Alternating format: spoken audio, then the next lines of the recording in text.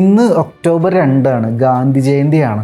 ഞാൻ പണ്ട് സ്കൂളിൽ പഠിച്ചിരുന്ന സമയത്തൊക്കെ ഈ ഒരു ടൈം ആകുമ്പോഴേക്കും ഒരുപാട് കോമ്പറ്റീഷൻസ് വരും.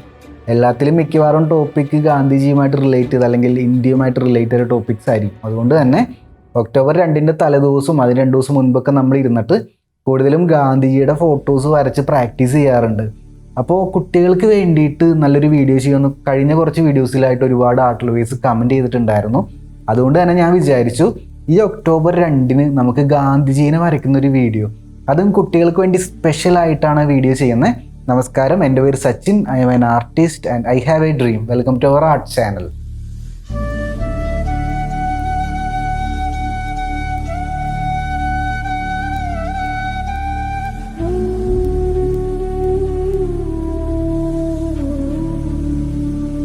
തുടക്കത്തിൽ പറയാം, ഇത് നമ്മൾ നോർമലി ചെയ്യുന്ന പോലെയുള്ള പെൻസിൽ ഡ്രോയിങ് വീഡിയോസ് അല്ല, കുട്ടികൾക്ക് വേണ്ടിയിട്ട് സ്പെഷ്യലി ഡിസൈൻഡ് ആയിട്ടുള്ള വീഡിയോസാണ്. അതുകൊണ്ട് തന്നെ കാര്യങ്ങൾ കുറച്ചും കൂടി എളുപ്പമാക്കാനായിട്ട് ഞാൻ പേപ്പറും പെൻസിലല്ല യൂസ് ചെയ്യുന്നത്, ഞാൻ ഡിജിറ്റലിയാണ് ചെയ്യാൻ പോകുന്നത്.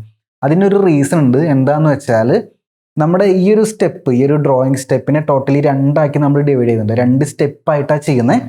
ഫസ്റ്റ് സ്റ്റെപ്പിൽ നമ്മൾ കുറച്ച് ഭാഗങ്ങൾ മാർക്ക് ചെയ്യുന്നുണ്ട്. അപ്പോൾ ആ ലൈൻസെല്ലാം നമുക്ക് പിന്നീട് മായ്ച്ച് കളയേണ്ട ലൈൻസാണ്. അതുകൊണ്ട് തന്നെ നിങ്ങൾ വരയ്ക്കുന്ന സമയത്ത് ആ ലൈൻസെല്ലാം വളരെ ലൈറ്റായിട്ട് വരയ്ക്കേണ്ട ലൈൻസാണ്. അപ്പോൾ ഞാനിവിടെ ഡിജിറ്റലി ചെയ്യുന്ന സമയത്ത് മായ്ച്ച് കളയേണ്ട ലൈൻസ് മാത്രം ഞാൻ റെഡ് കളറിലാണ് വരയ്ക്കാനായിട്ട് പോകുന്നത്. അപ്പോൾ നിങ്ങൾക്ക് കുറച്ചും കൂടി ക്ലാരിറ്റി കിട്ടും നമ്മുടെ ആ ഡ്രോയിങ് പ്രോസസ്സിന്. അത് കഴിഞ്ഞ് ആ ലൈൻസ് വരച്ച് കഴിഞ്ഞ് നമ്മൾ വരയ്ക്കുന്ന കോൺഫിഡൻ്റ് ആയിട്ട് വരയ്ക്കുന്ന ഫൈനൽ ലൈൻസ് മാത്രം ഞാൻ ബ്ലാക്ക് കളർ ഉപയോഗിച്ച് കുറച്ചും കൂടി ബോൾഡായിട്ട് വരയ്ക്കുന്നുണ്ട്.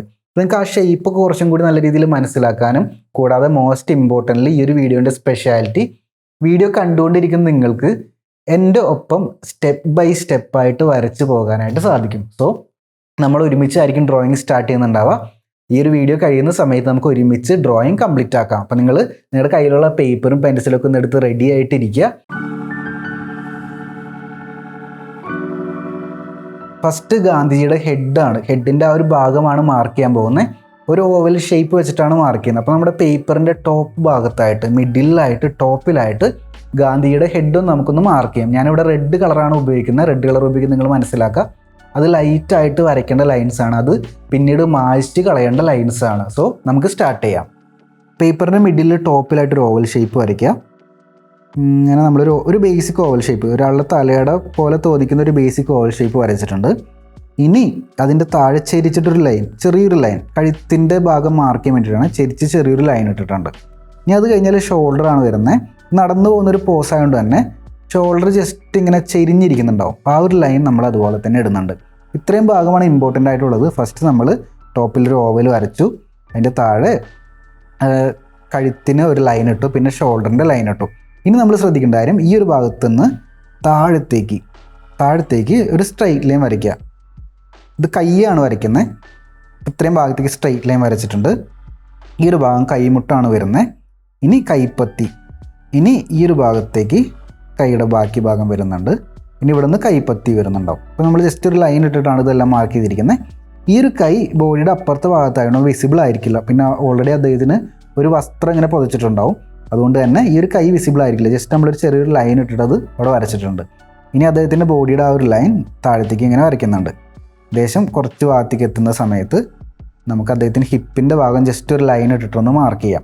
ഇനി ഇമ്പോർട്ടൻ്റ് ആയിട്ട് വരുന്ന കാര്യമാണ് കാലാണ്. കാല് വരയ്ക്കുന്ന സമയത്ത് ഒരു കാലിങ്ങനെ ബാക്കോട്ടേക്ക് വെച്ചിട്ട് നടക്കുന്ന രീതിയാണ് വരയ്ക്കുന്നത്. അപ്പോൾ കുറച്ചിങ്ങനെ താഴത്തേക്ക് വന്ന് ഈ ഒരു ഭാഗത്തായിട്ട് കാലിൻ്റെ മുട്ടൊന്ന് മാർക്കണം. അത് വളരെ ഇമ്പോർട്ടൻ്റ് ആണ്. കാൽമുട്ട് വരുന്ന ഭാഗം ഒന്ന് മാർക്കണം. അത് കഴിഞ്ഞിട്ട് ഈ ഒരു ഭാഗത്തായിട്ടാണ് കാൽപാദം വരുന്നത്. കണ്ടോ, കാൽപാദം ഒരു ലൈൻ ഇട്ടിട്ട് മാർക്ക് ചെയ്തു. അതുപോലെ തന്നെ ഫ്രണ്ടിലെ കാല് ഇങ്ങനെ നേരെ സ്ട്രൈറ്റ് ആയിട്ട് അദ്ദേഹം വെച്ചിരിക്കുന്നത്. അപ്പോൾ ഇങ്ങോട്ടേക്ക് വന്ന് കാൽമുട്ട് നമ്മളിവിടെ മാർക്ക് ചെയ്തിട്ടുണ്ട്. പിന്നെ ഫ്രണ്ടിലത്തെ കാൽപാദം മാർക്ക് ചെയ്തിട്ടുണ്ട്. അപ്പോൾ ഇത്രയും ഭാഗങ്ങളാണ് നമുക്ക് മെയിൻലി വരയ്ക്കാനുള്ളത്. അപ്പോൾ ഇതെല്ലാം റെഡ് ലൈൻസാണ് ഞാനിവിടെ ഇട്ടിരിക്കുന്നത്. നിങ്ങൾ വരയ്ക്കുന്ന സമയത്ത് ലൈറ്റായിട്ട് പെൻസിൽ ഉപയോഗിച്ചിട്ട് ലൈൻസ് ഇട്ടിട്ട് വരയ്ക്കുക. അപ്പോൾ ഇത്രയും ഭാഗങ്ങൾ വരച്ച് ഇതിൻ്റെ ഒരു പ്രൊപ്പോർഷൻ നോക്കി ഓക്കെ ആണെന്ന് ഫൈനലൈസ് ചെയ്തതിന് ശേഷം മാത്രം നിങ്ങൾ ബാക്കി കണ്ടിന്യൂ ചെയ്യുക.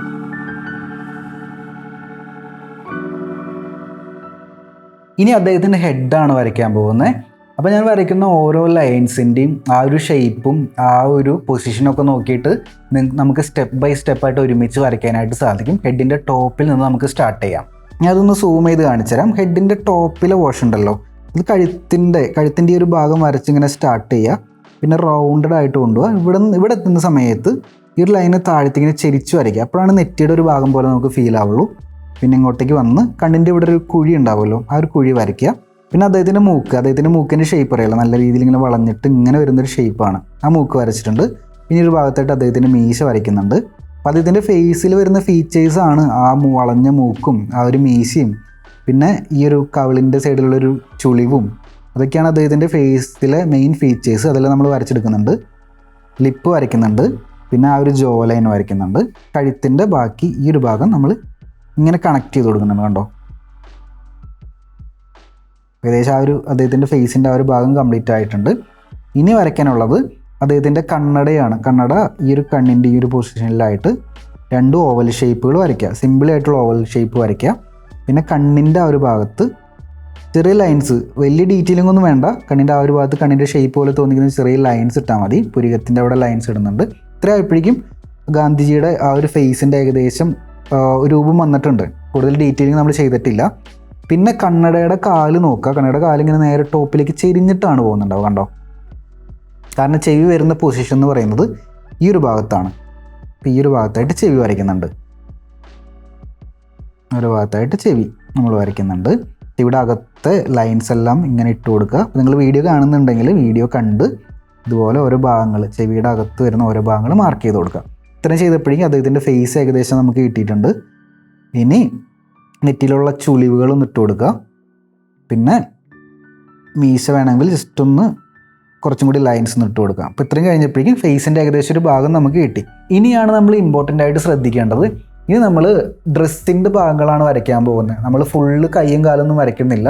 നമ്മൾ ഏകദേശം മാർക്കിംഗ് ഇട്ടിട്ടുണ്ട്. അതിൻ്റെ മുകളിലൂടെ, അതായത് അദ്ദേഹത്തിൻ്റെ ബോഡിയുടെ മുകളിലൂടെ ഡ്രസ്സ് വരുന്നുണ്ട്. ഡ്രസ്സിൻ്റെ ചുളിവുകളാണ് നമ്മൾ ഇമ്പോർട്ടൻ്റ് ആയിട്ട് വരയ്ക്കാൻ പോകുന്നത്. അതിങ്ങനെ വരയ്ക്കാൻ നമുക്ക് നോക്കാം. സോ അത് വരയ്ക്കാനായിട്ട് ഫസ്റ്റ് കഴുത്തിൻ്റെ ഈ ഒരു ഭാഗത്തുള്ള ആ ഡ്രസ്സിൻ്റെ ചുളിവ് നമ്മൾ വരച്ചിട്ട് കഴുത്തിൻ്റെ ഫ്രണ്ടിലൂടെ ഇങ്ങനെ വന്ന് ആ ഒരു ഭാഗം വരയ്ക്കുന്നുണ്ട്. അപ്പോൾ നമുക്ക് കഴുത്തിൻ്റെ ഏകദേശം ഷേപ്പ് കറക്റ്റായിട്ട് മനസ്സിലായിട്ടുണ്ട്. ഇനി ആ ചുളിവ് തന്നെ ഷോൾഡറിൻ്റെ ഭാഗത്ത് ഇങ്ങനെ പൊന്തി, കണ്ടോ, ഷോൾഡറിൻ്റെ ഭാഗത്ത് വരുന്ന സമയത്ത് ഇങ്ങനെ അതിനോട് ചുറ്റി ഇങ്ങനെ വരും. ഇത്രയും ഭാഗം കഴിഞ്ഞിട്ടുണ്ട്. ഇനി ഇതിൻ്റെ ഓപ്പോസിറ്റ് സൈഡ് ഈ ഒരു ഭാഗം ഞാൻ നേരത്തെ പറഞ്ഞു കൈ ബോഡിയുടെ അപ്പുറത്തായിരിക്കും. അതുകൊണ്ട് തന്നെ നമുക്ക് അവിടെ ഇങ്ങനെ ചുളിവുകൾ ഇങ്ങനെ ഇട്ടാൽ മതി. ആ ഭാഗം നമുക്ക് ഫുള്ള് വരച്ചെടുക്കേണ്ട ആവശ്യമില്ല. പിന്നെ ഇപ്പുറത്ത് കൈയുടെ പുറമേ കൂടെ വരുന്ന ആ ഒരു തുണിയുടെ ചുളിവ്, ഇത് നമ്മൾ ഒന്ന് ശ്രദ്ധിച്ചിട്ട് വരയണം. കണ്ടോ, അപ്പോൾ ഏകദേശം കൈയുടെ ഷേപ്പ്, തുണിയുടെ ചുളിവിൻ്റെ ആ ഒരു ഭാഗങ്ങൾ നമ്മൾ ചെയ്യുന്നതോടൊപ്പം തന്നെ കൈയുടെ ഷേപ്പ് മനസ്സിലാക്കിയിട്ടാണ് ചെയ്യുന്നത്. അതുകൊണ്ട് തന്നെ കുറച്ചും കൂടി ബെറ്റർ റിസൾട്ട് നമുക്ക് കിട്ടും. ഇതുപോലെ ചുളിവുകൾ ഇങ്ങനെ കണ്ടിന്യൂ ചെയ്ത് കൊടുക്കുക. കണ്ടോ, അപ്പോൾ നമ്മൾ മുൻപ് വരച്ച ലൈൻ നമ്മൾ നോക്കുന്നുണ്ട്. കൈക്ക് വേണ്ടി നമ്മൾ മാർക്ക് ചെയ്ത ലൈൻ നമ്മൾ ഒബ്സർവ് ചെയ്യുന്നുണ്ട്. അപ്പോൾ അതിൻ്റെ മുകളിലൂടെ ഈ ഒരു ലൈൻസ് എല്ലാം ഇട്ട് ഇത് ഭാഗത്തെത്തുന്ന സമയത്ത് നമ്മളിവിടെ ഫിനിഷ് ചെയ്തിട്ടുണ്ട്. ഇവിടെ കുറച്ചും കൂടി ചുളിവുകൾ നമുക്ക് വേണമെങ്കിൽ ഇട്ട് കൊടുക്കാം. ഇത്ര ഇട്ടിട്ടുണ്ട്. ഇനി താഴത്തേക്കൊന്ന് നമുക്ക് പോകാം. ഇനി നിങ്ങൾ ശ്രദ്ധിക്കേണ്ട കാര്യം എന്ന് വെച്ചാൽ ഈ ഒരു ഭാഗത്ത് നിന്ന് സ്റ്റാർട്ട് ചെയ്തിട്ട് തുണിയുടെ ചുളിവ് ഇങ്ങനെ വന്ന് കാൽമുട്ടിൻ്റെ ജസ്റ്റ് മുകളിലൂടെ ഇങ്ങനെ വരുന്നുണ്ട്. അപ്പോൾ ആ ഒരു ഭാഗം നമുക്കിതുപോലെ വരയ്ക്കാനുണ്ട്. പിന്നെ വരുന്നത് എന്താണെന്ന് വെച്ചാൽ ഈ ഒരു കൈയുടെ ഭാഗത്ത് കിടക്കുന്ന തുണി ഉണ്ടല്ലോ, അതിനെ താഴത്തേക്ക് ഇങ്ങനെ സ്ട്രൈറ്റ് ആയിട്ട് നീണ്ടു പോവുക ചെയ്യുന്നത്. കണ്ടോ, അപ്പോൾ അത്രയും ഭാഗങ്ങളൊന്ന് ജസ്റ്റ് നിങ്ങളൊന്ന് നോക്കി വരച്ചെടുക്കുക. അത് കഴിഞ്ഞാൽ ഈ ഒരു തുണിയുടെ ഈ ഒരു അറ്റം ഈ കൈയുടെ ഈ ഒരു ഭാഗത്തുനിന്ന് വീണ്ടും നേരെ താഴത്തേക്ക് പോകുന്നുണ്ട്. അത് കാൽമുട്ടിൻ്റെ താഴത്തേക്കാണ് എടുക്കുന്നത്. കണ്ടോ, അപ്പോൾ ഇതുപോലെ 2 സ്ട്രെയിറ്റ് ലൈൻസാണ് നമ്മൾ വരച്ചിട്ടുള്ളത്. ഇനി അത് നമുക്ക് തുണിയുടെ എൻഡ് പോലെ തോന്നിക്കാനായിട്ട് ഇതുപോലെ എസ് ഷേപ്പ് ഉണ്ടല്ലോ, അത് തിരിച്ചിട്ടാൽ മതി. അപ്പോൾ തുണിയുടെ എൻഡ് പോലത്തെ ഒരു ഷേപ്പ് കിട്ടും. പിന്നെ വീണ്ടും ഞാൻ അതുപോലെ തന്നെ ചെയ്യുന്നു. കണ്ടോ, എന്നിട്ട് ഈ ലൈൻസ് ഇങ്ങനെ മുകളിലോട്ട് വരയ്ക്കാം. ഇപ്പോൾ തുണി ഇങ്ങനെ ചുളിഞ്ഞ് കിടക്കുന്ന പോലത്തെ ഒരു ഫീൽ കിട്ടും. ഇതിൻ്റെ ടോപ്പിൽ എക്സ്ട്രാ ചുളിവുകളൊക്കെ നമുക്ക് ആഡ് ചെയ്ത് കൊടുക്കാൻ പറ്റും.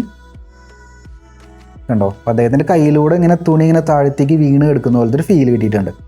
ഇനി ഇവിടെയുള്ള ചുളിവുകളും എക്സ്ട്രാ നമുക്ക് ആഡ് ചെയ്ത് കൊടുക്കാം. ഇത്ര ആയപ്പോഴേക്കും അദ്ദേഹം ദേഹത്ത് ചുറ്റിയ തുണിയുടെ ഒരു ഫീല് കൊണ്ടുവരാനായിട്ട് നമുക്ക് സാധിച്ചു. ഇനി കൈപ്പത്തിയാണ് വരയ്ക്കാൻ പോകുന്നത്. കൈപ്പത്തി വരയ്ക്കുന്ന സമയത്ത് നമുക്ക് സ്റ്റെപ്പ് ബൈ സ്റ്റെപ്പായിട്ട് ചെയ്യാം. ഫസ്റ്റ് ഇങ്ങനെ ഒരു ലൈൻ വരയ്ക്കുക, അതിൻ്റെ താഴത്തെ ലൈൻ ഇങ്ങനെ വരയ്ക്കുക. കണ്ടോ, ഇനി പുറത്തേക്ക് ബൾജ് ചെയ്ത് ഒരു കർവ് ഇങ്ങനെ വരയ്ക്കുക. പിന്നെ നെക്സ്റ്റ് ഇങ്ങനെ ഒരു ലൈൻ വരയ്ക്കുക. ഇനി വിരലുകളാണ് വരയ്ക്കാനുള്ളത്. ചെരിച്ച് വരച്ചിട്ട് താഴെയും ചെരിച്ച് വരയ്ക്കുക. 1 2 3 3 ലൈൻസ് വരയ്ക്കുക. ഇങ്ങനെ റൗണ്ടറായിട്ട് ഇങ്ങനെ കണക്ട് ചെയ്യാം. അപ്പോൾ 1 2 3 4 4 വിരലുകൾ പോലത്തെ ഒരു ഫീൽ നമുക്ക് ക്രിയേറ്റ് ചെയ്യാനായിട്ട് സാധിച്ചിട്ടുണ്ട്. ഇവിടെയുള്ള ബൾജിങ്ങും വരയ്ക്കാം. അപ്പോൾ കൈയുടെ ഒരു ഫീൽ നമുക്ക് കൊണ്ടുവരാനായിട്ട് സാധിച്ചിട്ടുണ്ട്.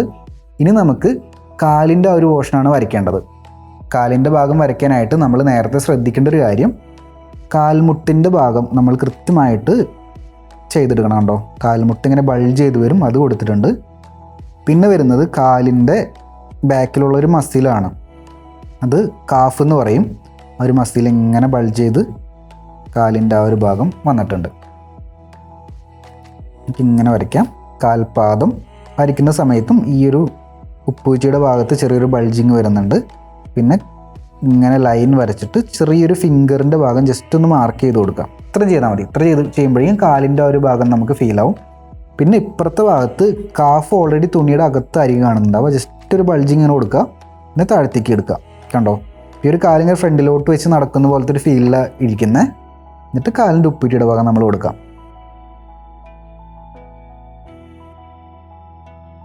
പിന്നെ അദ്ദേഹത്തിനൊരു മെതിയടി പോലത്തെ കാലിലിടുന്ന ഒരു സംഭവമുണ്ട്. അത് നമ്മൾ ജസ്റ്റ് ഒരു ലൈൻ ഇട്ടിട്ട് ഒന്ന് മാർക്ക് ചെയ്തിടുന്നേ ഉള്ളൂ.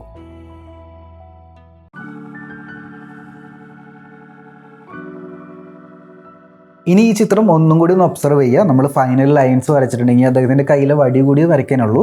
ഇനി എന്തെങ്കിലും ഭാഗത്ത് മാറ്റം വരുത്താനുണ്ടെങ്കിൽ നിങ്ങൾക്കൊന്ന് മായ്ച്ച് ഇറേസ് ചെയ്ത് മാറ്റം വരുത്താനായിട്ട് സാധിക്കും. അതുകൂടാതെ മുൻപ് വരച്ചുള്ള ലൈൻസ് ഉണ്ടല്ലോ, റെഡ് ലൈൻസ്, ആ ലൈൻസ് ഞാൻ നേരത്തെ പറഞ്ഞിട്ടുണ്ടായിരുന്നു. ആ ഒരു ബോഡിയുടെ പ്രപ്പോർഷൻസ് ശരിയാവാനും ഓരോ ഭാഗങ്ങൾ എവിടെയൊക്കെയാണെന്ന് മനസ്സിലാക്കാനും വേണ്ടി നമ്മൾ വരച്ച ലൈൻസാണ്. അത് നമുക്ക് ആവശ്യം കഴിയുന്ന സമയത്ത്, ഇപ്പോൾ നമ്മുടെ ആവശ്യം കഴിഞ്ഞിട്ടുണ്ട്, ഇനി ആ ലൈൻസ് നമുക്ക് ഇറേസ് ചെയ്ത് കളയാനായിട്ട് പറ്റും. നമ്മൾ മുൻപ് വരച്ച റെഡ് ലൈൻസ് എല്ലാം നമുക്ക് ഇറേസ് ചെയ്ത് കളയാം. ഇനി ഒന്നും കൂടി നമ്മുടെ ഡ്രോയിങ് ചെക്ക് ചെയ്യാം. എന്തെങ്കിലും ഡിഫറൻസ് ഉണ്ടെങ്കിൽ മാറ്റി നമുക്ക് വീണ്ടും മായ്ച്ച് വരയ്ക്കാം. കുറച്ചും കൂടി ഡീറ്റെയിലും കൂടി നമുക്ക് കൊടുക്കാം. അപ്പോൾ എന്തൊക്കെയാണ് ഡീറ്റെയിലും കൊടുക്കണമെന്ന് നമുക്ക് നോക്കാം. ഇപ്പോൾ കുറച്ച് ലൈൻസ് നമുക്ക് കുറച്ച് ഭാഗങ്ങളിൽ കുറച്ചൊന്ന് കട്ടി കൂട്ടി ഒന്ന് കൊടുത്ത് നോക്കാം. അപ്പോൾ കുറച്ചും കൂടി ഒരു കാർട്ടൂണിഷ് ഫീലിൽ കുറേ കൂടി ബെറ്റർ റിസൾട്ട് നമുക്ക് കിട്ടും. കുറച്ച് ഭാഗത്ത് ലൈൻസിൻ്റെ തിക്നെസ് ഒന്ന് കൂട്ടുന്നുണ്ട്, ലൈൻ വെയിറ്റ് ഒന്ന് കൂട്ടി കൊടുക്കുന്നുണ്ട്, ചെറിയ ലൈൻസ് എക്സ്ട്രാ നമ്മൾ ആഡ് ചെയ്യുന്നുണ്ട്, കാലിൻ്റെ ഉപ്പൂറ്റിയൊക്കെ നമ്മൾ എക്സ്ട്രാ വരയ്ക്കുന്നുണ്ട്. അപ്പോൾ കാലിൻ്റെ ആ ഒരു ഭാഗത്തൊക്കെ നമുക്ക് നടക്കുന്ന ഒരു ഫീലിലേക്ക് കൊണ്ടുവരാനായിട്ട് പറ്റും.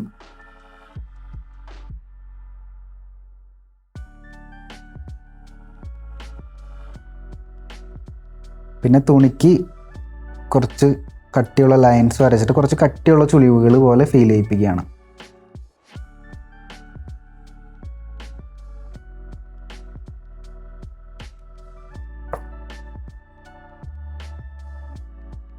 ഇനി അദ്ദേഹം നടക്കുന്ന ആ ഒരു ഗ്രൗണ്ട് ജസ്റ്റ് ഒരു ലൈൻ ഇട്ടിട്ട് നമുക്കൊന്ന് മാർക്ക് ചെയ്തിടാം.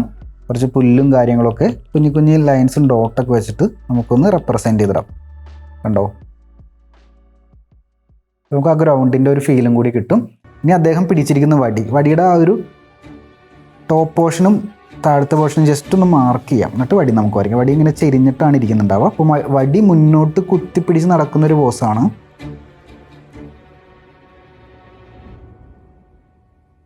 കണ്ടോ, അപ്പം അങ്ങനെ നമ്മൾ ഗാന്ധിജിയുടെ ആ ഒരു ചിത്രം കംപ്ലീറ്റ് ആക്കിയിട്ടുണ്ട്.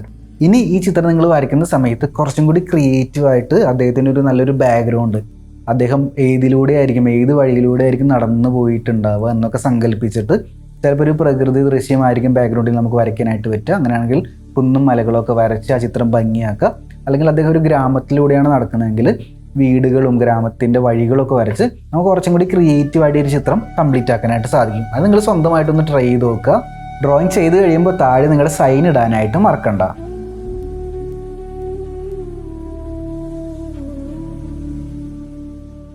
കുട്ടികൾക്ക് വേണ്ടിയിട്ട് സ്പെഷ്യലി തയ്യാറാക്കി ഈ ഒരു വീഡിയോ നിങ്ങൾക്ക് ഇഷ്ടപ്പെട്ടെന്ന് വിചാരിക്കുന്നു. ഒരു എക്സ്പെരിമെൻ്റൽ വീഡിയോ ആണ്. അപ്പോൾ എത്ര പേർക്ക് ഇതിൻ്റെ ഒപ്പം ഒരുമിച്ച് വരയ്ക്കാൻ പറ്റുന്നുണ്ടെന്ന് എനിക്കറിയില്ല.